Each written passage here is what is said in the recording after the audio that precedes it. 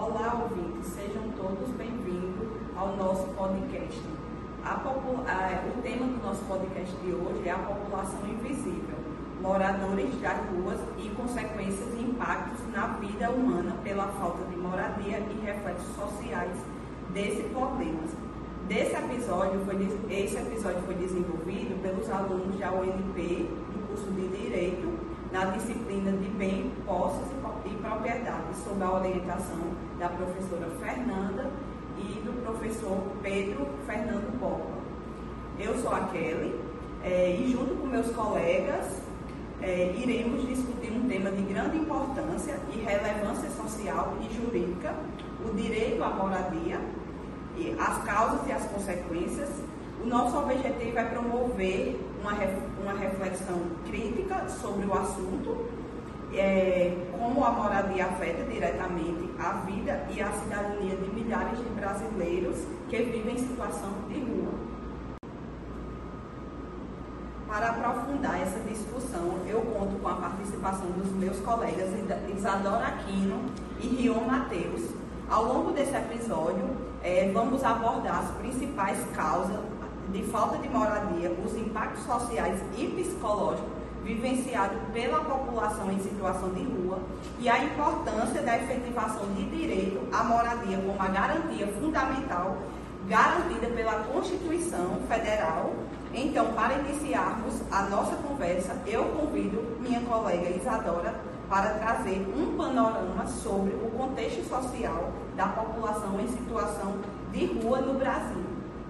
Pois é, né? E como nossa amiga Kelly falou, invisível, mas entre aspas, porque está na cara, está nas praças, está em todo lugar que a gente passa, a gente vê a população de rua sem a moradia digna como é necessário. E a gente não vê. E é exatamente isso que a gente quer discutir. Quem são essas pessoas? Porque tanto de gente acaba vivendo em situações de rua e o que dá para fazer para mudar essa realidade. Gente, eu li uma pesquisa do IPEA que mostra que o Brasil teve, só em 2022, mais de 280 mil pessoas vivendo em rua. E é muita gente. E com a pandemia, esse número aumentou em 350 pessoas. É assustador mesmo. E o mais triste é que a maioria das pessoas insiste em dizer que as pessoas, os moradores de rua, estão ali porque querem, mas não é bem assim. É a questão do desemprego, é a questão da dependência química. São vários fatores em que qualquer um de nós poderia estar ali. Isso que Isadora falou tem total correspondência com a realidade. Um dado que pouca gente sabe: 70% das pessoas que moram na rua acabam trabalhando também. Ou seja, não é porque elas são desocupadas ou algo do tipo. Elas são catadoras, elas reciclam, mas acaba que isso não é o suficiente para elas pagarem o aluguel. Então elas acabam ficando sem moradia.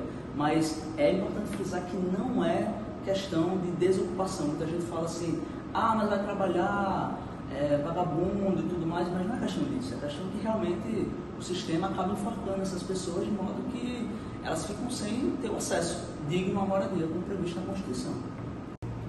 É loucura, né, pensar nisso. A pessoa trabalha, rala o dia todo e mesmo assim não consegue ter um teto. Isso diz muito sobre o tamanho da desigualdade no nosso país. Fato que muitas vezes é totalmente ignorado pela sociedade no todo.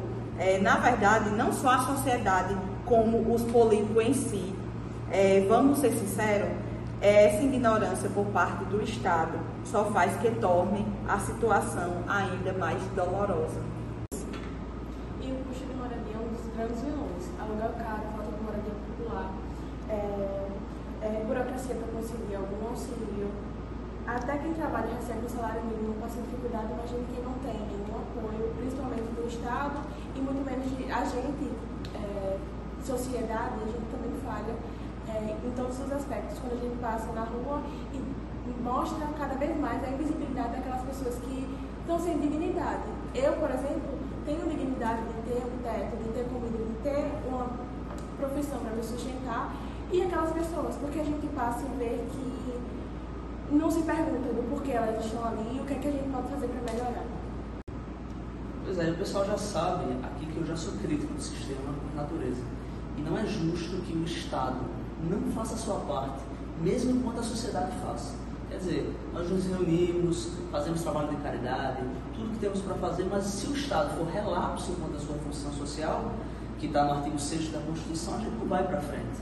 É como disse o ditado, cada um por si, o Estado por outro, sempre na vanguarda, sempre na retaguarda, não cumprindo seu papel. A gente tem que estar vigilante enquanto cidadão em relação a isso.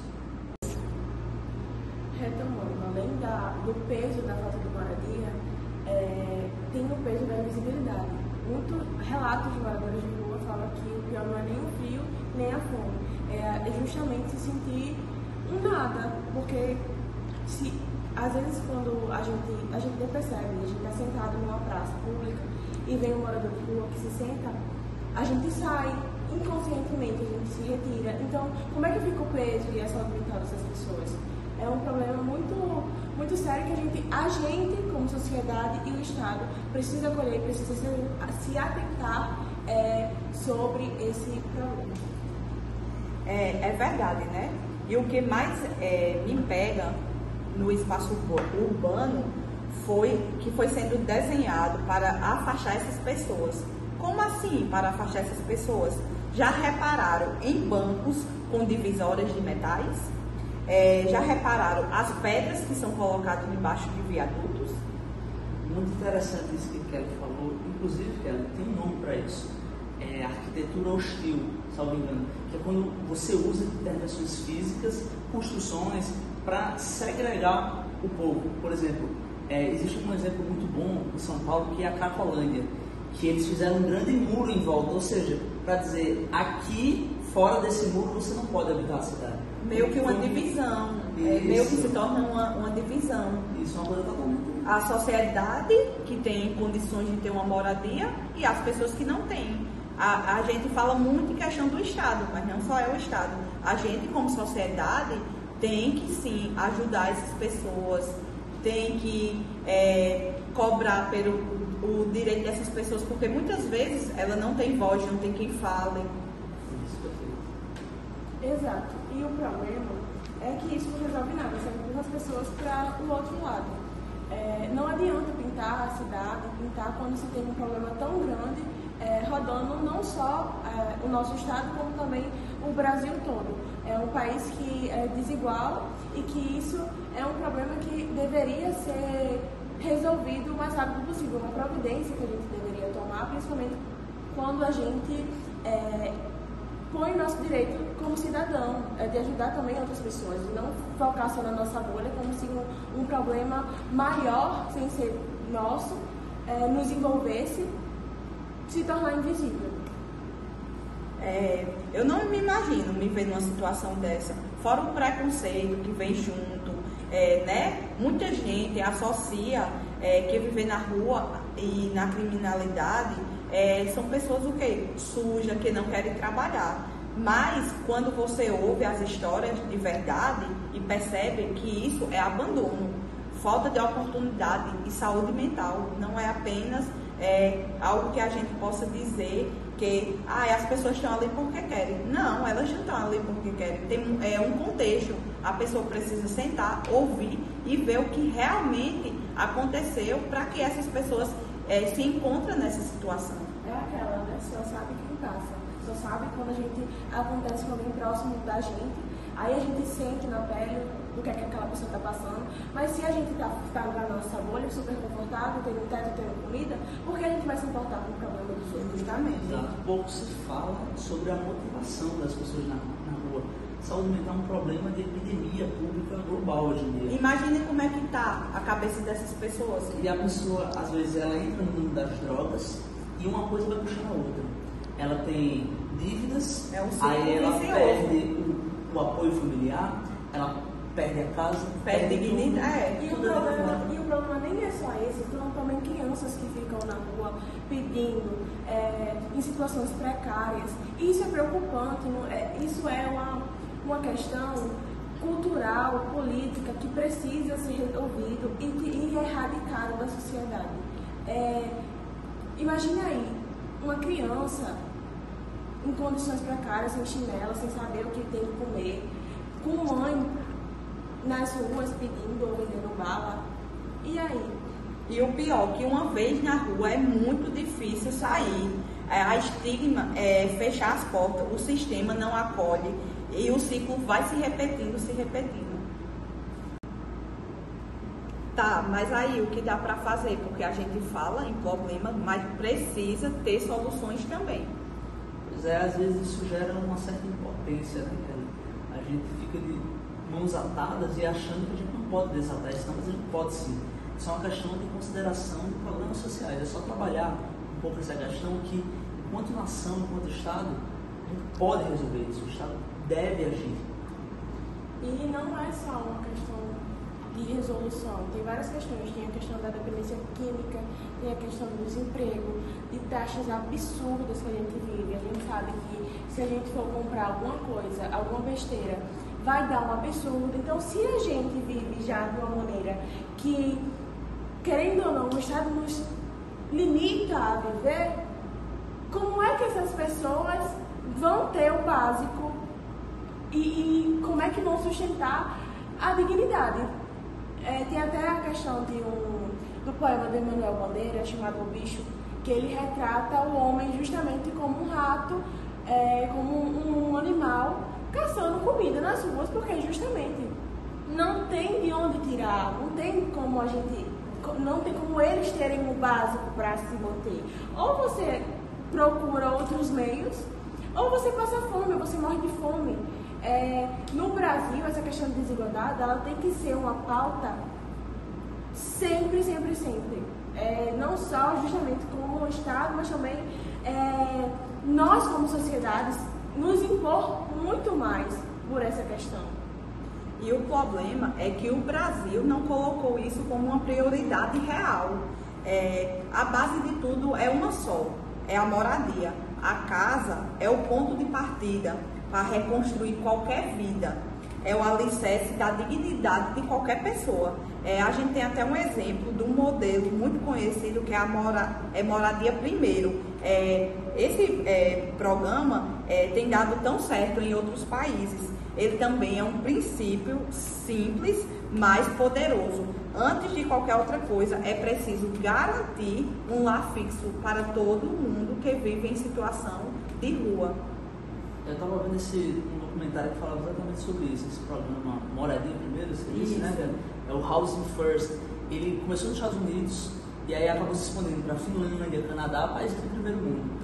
E na Finlândia, se não me engano, 80% da população de rua, que era de rua, né, na reestruturação da Finlândia, inclusive após a Segunda Guerra Mundial, acabou dando muito certo, com 80% de eficiência. 80% das pessoas que moravam na rua acabaram saindo da rua e conseguindo ter um acesso à moradia e começaram a ser produtivas novamente. Então, assim, o Estado ele pode fazer um programa acessível a todos. Aqui no Brasil começaram a testar esse projeto que você citou. Que foi criado nos Estados Unidos. Em São Paulo, em Belo Horizonte, Porto Alegre. E os resultados ainda são pequenos, mas mostram algo importante. Quando o Estado confia e investe na autonomia das pessoas, ela responde positivamente. Ao contrário do que muita gente pensa. Ninguém vive de favor para depender sempre do governo.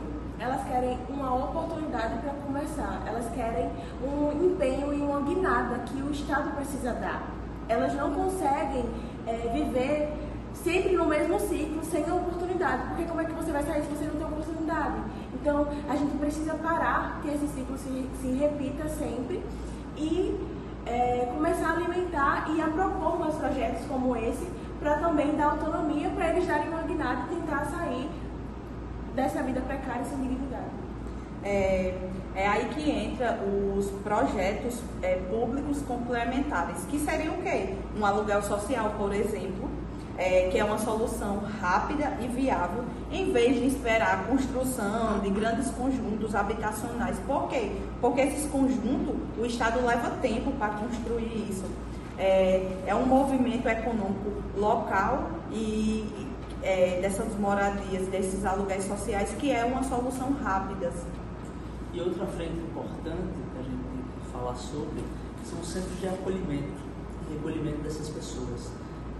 Os albergues, um espaço pop, mas não como um depósito de gente. Não é só, a gente precisa tirar essa gente da sociedade da rua e colocar lá. Não, a gente tem que dar apoio na saúde mental dessas pessoas. Acompanhamento psicológico, psicossocial, inclusive. Acompanhar essas pessoas está faltando.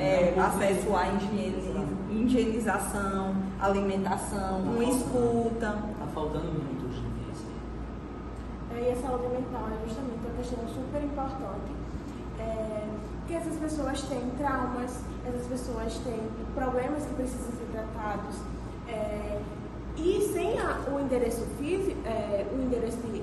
fixo, complica as coisas, porque não tem como nem marcar uma consulta. Então, ao invés, o SUS tem estrutura para poder arcar com isso. Então, em vez deles irem, o SUS ir até eles. É como o nosso colega Rion acabou de falar, o abrigo, ele precisa ser um ponto de reintegração, não um depósito de gente, colocar eles lá e esquecer, porque isso não vai resolver. Tem que ter essa reintegração, como a gente acabou de falar, com acompanhamentos, com higienização, com alimentos, tudo adequado. Esse apoio e esse acolhimento é super importante.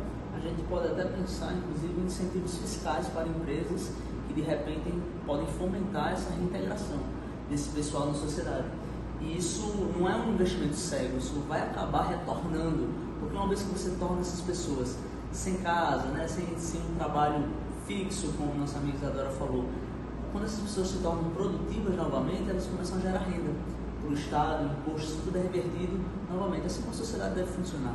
É como o meu colega falou, e não dá para esquecer dessa geração de renda. As pessoas precisam, sim, de oportunidades reais de trabalho, de autonomia. Existem projetos incríveis de economias solidárias que ajudam a pessoas em situações de rua, produzindo artesanato, artesanatos, cozinhar, costuras, venda de produtos. Esses projetos não só dão o dinheiro, mas devolve o sentido de vida, de pertencimento a uma sociedade, de ser parte de uma sociedade em movimento. Fora que tem um ponto que muita gente esquece, a política de prevenção. Muita gente que vai parar na rua não era moradores de rua. Isso se dá uma série de fracassos institucionais. Se o poder público, se o Estado se precaver e tentar achar uma forma dessas famílias que estão em risco, questão de renegociação, para quitação de dívidas, moradia, ajudar, né, a colher a questão da moradia, o programa de auxílio de aluguel emergencial, já dá para evitar que muita gente vá parar na rua. Então, é justamente essa questão. Muita gente que está na rua, o problema não foi porque ela quis parar, mas sim a situação que a fez estar naquele ambiente, naquele lugar, naquela situação. Perfeitamente. Isso tudo deve vir de uma mentalidade coletiva. Claro, eu falei sobre políticas públicas, importantíssimo isso, mas é uma questão de empatia pública, empatia comunitária. Final das contas. Outra coisa importante é a educação. A gente precisa preparar crianças e jovens para quebrar esse ciclo, garantir escolas de qualidade, acesso à cultura, esporte, oportunidade de desenvolvimento, porque investir em educação investe em menos pessoas futuramente nas ruas, num futuro próximo. Isso só vai acontecer quando a moradia for tratada como um direito inegociável. A gente tem que obedecer aquilo que está na Constituição Federal, senão o Estado não vai para frente. E isso também, pelo modo como a mídia fala sobre o tema, como as pessoas nas redes sociais reagem, como as cidades são planejadas. A gente precisa trocar um discurso de retirar os moradores de rua por incluir as pessoas em vulnerabilidade. É mais humano, é mais honesto, é mais transformador. Porque no futuro a solução não é tirar as pessoas da rua, é tirar as ruas das pessoas, é garantir que ninguém precise ter o chão como um teto, ninguém precisa sobreviver onde deveria viver. Enquanto existir gente morando no asfalto, o progresso do país é simplesmente uma ilusão. É o que eu tenho a dizer. resolver o problema da situação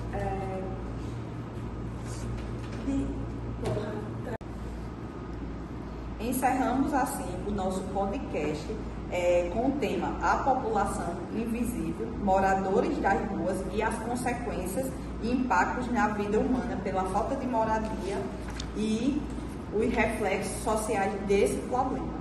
Ao longo desse episódio, buscamos refletir sobre o direito à moradia como uma expressão essencial da dignidade da pessoa humana, destacando a necessidade de políticas públicas eficazes de uma atuação social e jurídica comprometida com a redução da exclusão habitacional no Brasil. Este trabalho representou uma oportunidade de unir a teoria e a prática, aproximando o conhecimento jurídico da realidade social. Agradecemos aos professores Fernanda Ferreira e Pedro Fernando Borba pela orientação e todos nós que nos acompanharam até aqui.